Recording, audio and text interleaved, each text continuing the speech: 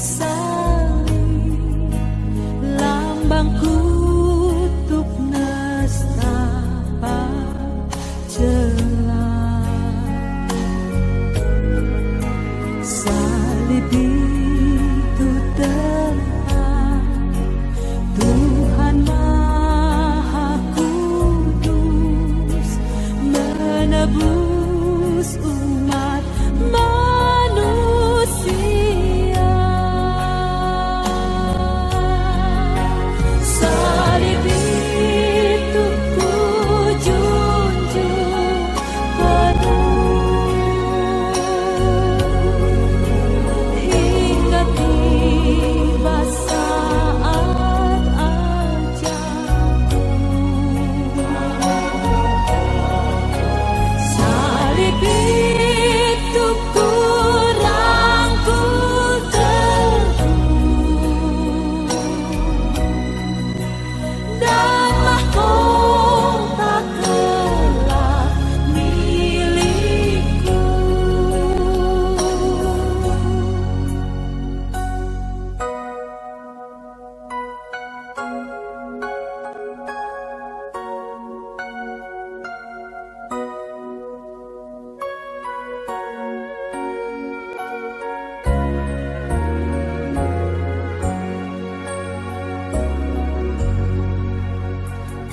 Setia tetap ikut jalan salib, meski diriku pun dicela.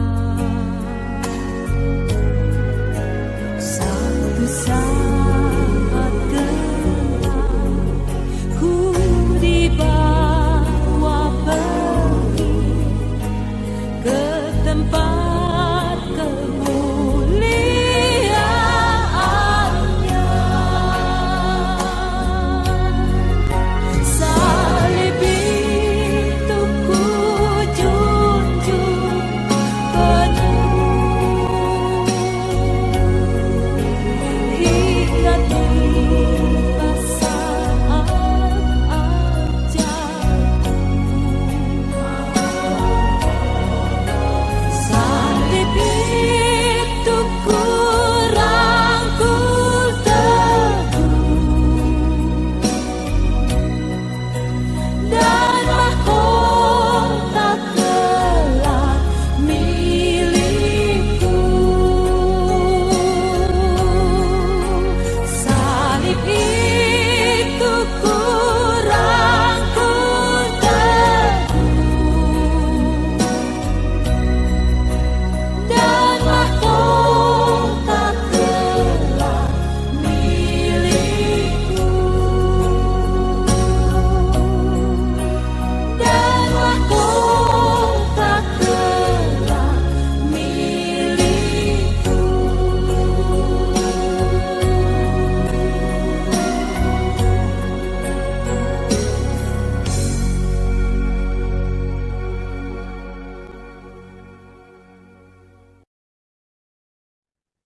Saudara-saudara yang terkasih di GKBI Kuala Lumpur, pada malam ini kita berkumpul di dalam keheningan dan ketenangan untuk merenung kembali peristiwa-peristiwa yang terjadi di hari Sabtu Sunyi.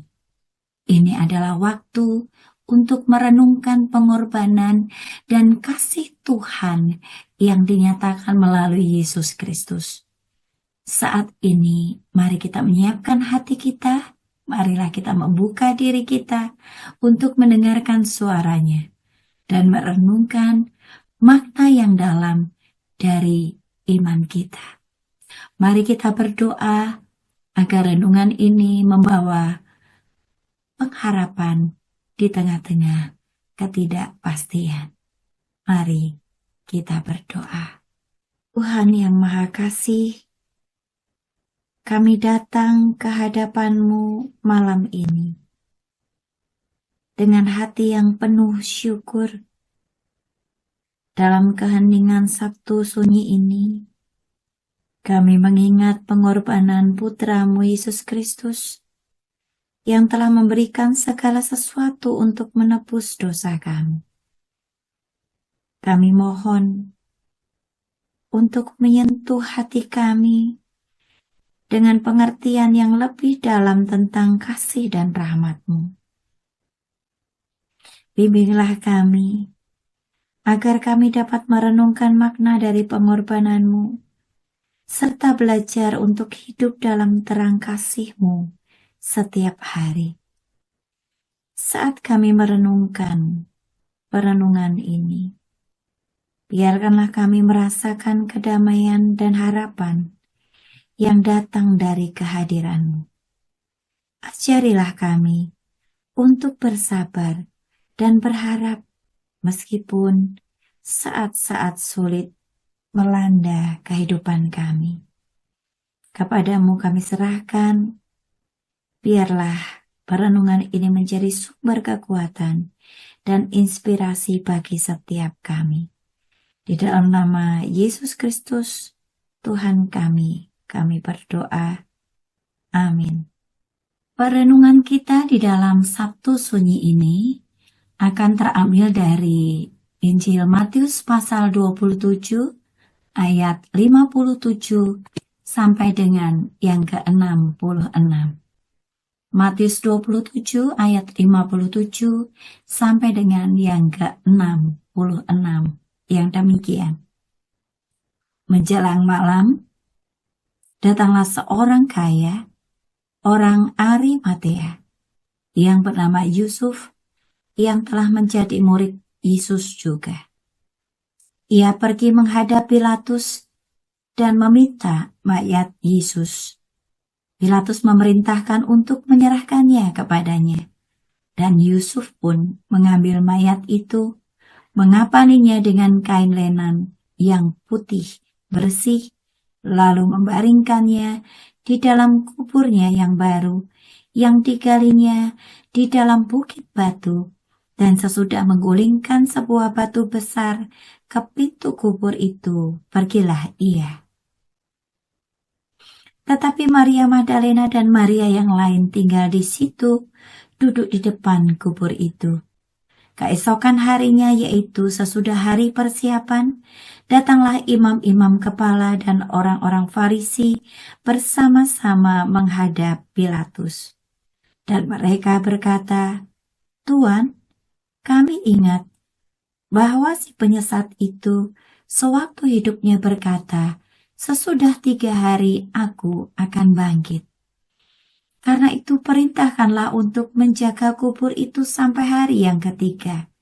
Jikalau tidak, murid-muridnya mungkin datang untuk mencuri dia, lalu mengatakan kepada rakyat, 'Ia telah bangkit dari antara orang mati,' sehingga penyesatan yang terakhir akan lebih buruk akibatnya daripada yang pertama."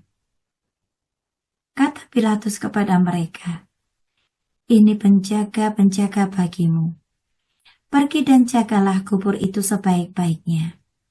Maka pergilah mereka, dan dengan bantuan penjaga-penjaga itu, mereka memeterai kubur itu dan menjaganya. Demikianlah pembacaan firman Tuhan. Maka berbahagialah kita yang mendengarkan firman Tuhan dan melakukannya. Hosiana. Merespon duka, teruslah berkarya. Umat Tuhan yang terkasih di GKBI Kuala Lumpur, pernahkah saudara mendengar sebuah teori yang disebut dengan teori kecoa? Sebuah teori yang diungkapkan oleh seorang bernama Sundar Pichai. Siapakah Sundar Pichai? Seorang yang pernah menjabat sebagai pimpinan perusahaan besar Google. Berikut kisahnya. Di sebuah restoran, tiba-tiba seekor kecoa terbang entah dari mana dan hinggap di tubuh seorang wanita. Wanita itu spontan berteriak karena ketakutan. Dengan wajah dilanda panik dan suara gemetar, dia melompat.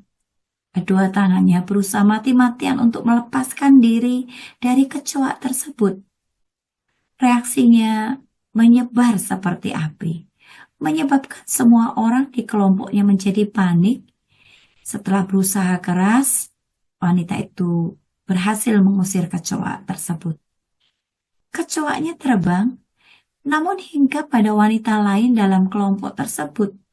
Sekarang giliran wanita kedua dalam kelompok itu yang melanjutkan drama tersebut. Dengan histeris, ia juga berusaha untuk melepaskan diri dari kecoa yang menghinggapinya. Seorang pelayan bergegas maju untuk menyelamatkan mereka. Si kecoa selanjutnya jatuh ke baju si pelayan. Pelayan itu berdiri dengan tenang dan mengamati posisi kecoa di bajunya. Ketika dia sudah yakin, dengan cepat dia menangkap kecoa tersebut dengan jarinya dan melemparkannya keluar dari restoran. Tidak ada drama dan histeria. Mengapa seekor kecoa bisa membuat histeris dua orang wanita, tapi tidak si pelayan? Si pelayan menanganinya dengan begitu tenang, tanpa melakukan keributan apapun. Inilah teori kecoa Sundar Pichai. Sebenarnya menjadi masalah bukan kecoanya, tetapi ketidakmampuan dalam menangani gangguan yang ditimbulkan oleh kecoa itulah yang menghebohkan para wanita tersebut. Reaksi kita terhadap gangguan itulah yang penting untuk kita kontrol. Kita harus merespon dengan tenang agar situasi dan keadaan yang tidak menyenangkan dapat kita eliminir. Kecoa melambangkan masalah atau peristiwa yang tidak menyenangkan di dalam hidup kita. Kadang-kadang ada kecoa yang hinggap di baju kita. Jika kita bertindak reaktif, maka tanggapan yang muncul dari diri kita biasanya bersifat emosional, seperti rasa marah, takut, jijik, dan sejenisnya. Reaksi ini mungkin kita ekspresikan dalam bentuk sikap dan tindakan yang justru menyakitkan, merusak, dan merugikan diri kita sendiri atau orang lain. Dan teori kecoa di dalamnya mengatakan bahwa respon kita lah yang menentukan keberhasilan kita dalam menanggapi apapun masalah yang kita hadapi. Umat yang terkasih, bagaimana respon kita saat duka menghampiri kita? Mungkin ada yang mempertanyakan kehadiran Tuhan di dalam berbagai rumusan pertanyaan. Mengapa saya harus mengalami peristiwa ini? Menerima dan menjalani ini semua. Mengapa harus saya? Mengapa bukan dia? Mengapa mesti kami? Mengapa bukan mereka? Di manakah Allah? Di manakah kuasa Allah? Di manakah mujizat Allah? Mengapa Tuhan diam? Apakah Tuhan telah meninggalkan kami semua? Umat yang dikasihi Tuhan, apakah sebuah peristiwa duka dan derita hanya berakhir pada deretan pertanyaan-pertanyaan itu?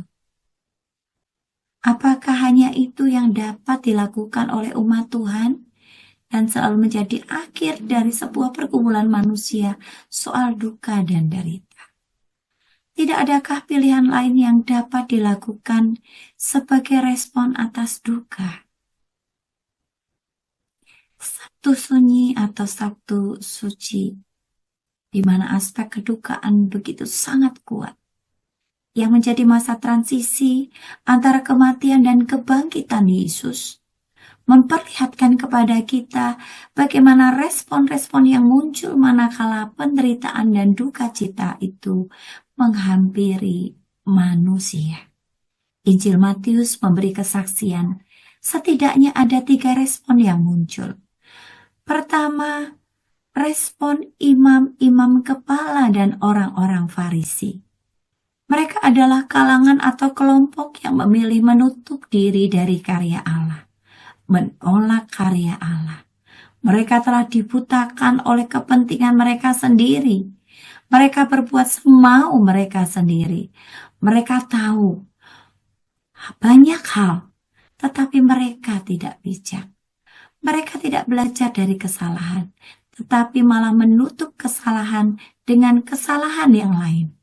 Mereka mencari pihak yang mungkin bisa disalahkan atau bisa dijadikan kambing hitam. Mereka terus merencanakan dan berbuat kejahatan demi kejahatan. Maka yang kedua adalah respon para perempuan, yaitu Maria Magdalena dan Maria yang lain. Mereka duduk di depan kubur Yesus. Tentu mereka meratap, mereka menangis. Ada perasaan campur aduk karena guru yang mereka cintai telah mati. Mungkin mereka mengalami kekecewaan mendalam, bahkan mungkin mereka sedang kehilangan semangat hidup. Mereka adalah kalangan yang ada dalam jurang ketidakberdayaan karena mereka terlalu larut dalam duka dan dikuasai serta dibutakan oleh perasaan-perasaan mereka sendiri. Perasaan-perasaan yang justru membuat mereka kehilangan harapan dan menghambat mereka untuk berani menghadapi realitas pahit getirnya roda kehidupan. Maka yang ketiga adalah respon Yusuf, orang Arimatea. Duka cita dan kematian yang ada di depannya bukanlah halangan untuk terus menjalani kehidupan. Ia tak menjauh dari Tuhan, seperti murid-murid yang lain. Ia tak meninggalkan Tuhan. Mungkin ia juga sedih, mungkin ia kecewa dan berduka, namun ia tidak mau larut dengan perasaannya. Dia tidak diam, dia tidak lari, tetapi ia memilih untuk berani menghadapi segala situasi, termasuk berani untuk menghadapi Pilatus untuk meminta mayat Yesus. Ia bukan hanya berani, tetapi juga memilih untuk tetap melayani. Dan bukan sembarang melayani, tetapi ia berikan pelayanan yang terbaik. Ia berikan kain lenan yang putih bersih. Ia juga gali kubur yang baru. Servis yang terbaik tetap ia lakukan kepada Tuhan di tengah realitas cerita dan duka yang ada di depan mata. Umat yang dikasihi Tuhan di GKBI Kuala Lumpur, bagaimana dengan kita? Sabtu Sunyi menyuguhkan kepada kita hal yang sangat penting dalam menghadapi realitas derita dan duka yang menghampiri kehidupan kita. Duka dan derita adalah hal yang pasti kita akan hadapi. Tidak mungkin kita mengelak, tidak mungkin kita tolak. Bagi penulis ratapan maupun pemazmur dan Mazmur 31, derita dan sengsara tidak memupuskan harapan mereka. Mereka tidak tinggal diam atas pergumulannya. Karena itulah sejatinya kadangkala kita tidak perlu menuntut dan memaksa penjelasan atau jawaban dari Tuhan atas pertanyaan diamnya, Tuhan. Dan berbagai pertanyaan lain di sekitar duka. Sabtu Sunyi menyuguhkan kepada kita bagaimana kita mesti merespon dan menyikapinya. Apakah kita seperti kalangan yang pertama, seperti para imam dan Farisi yang malah menolak Allah, yang mencari kambing hitam, yang tidak mau belajar untuk menjadi lebih bijak di tengah situasi penderitaan dan duka cita yang terjadi? Apakah kita seperti Maria Magdalena dan Maria yang lain, yang terus terkungkung perasaan sedih, kecewa, marah, dan segudang perasaan lain yang larut dan hanya menghalangi diri untuk menjadi pribadi yang punya harapan dan berani menghadapi segala situasi? Atau kita menjadi seperti Yusuf Arimatea yang tetap dekat dan terus setia mengiring Tuhan, menjalani hidup dengan berani berharap meski derita dan duka terjadi, dan memilih tetap memberi dan melayani yang terbaik.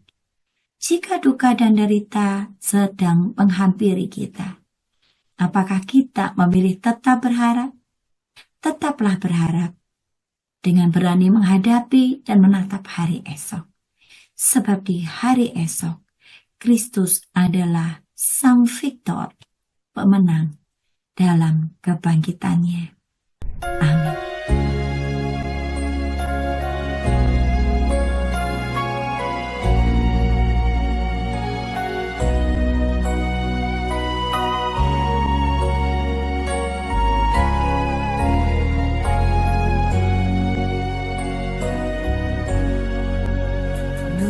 Di bukit yang jauh, tanpa kayu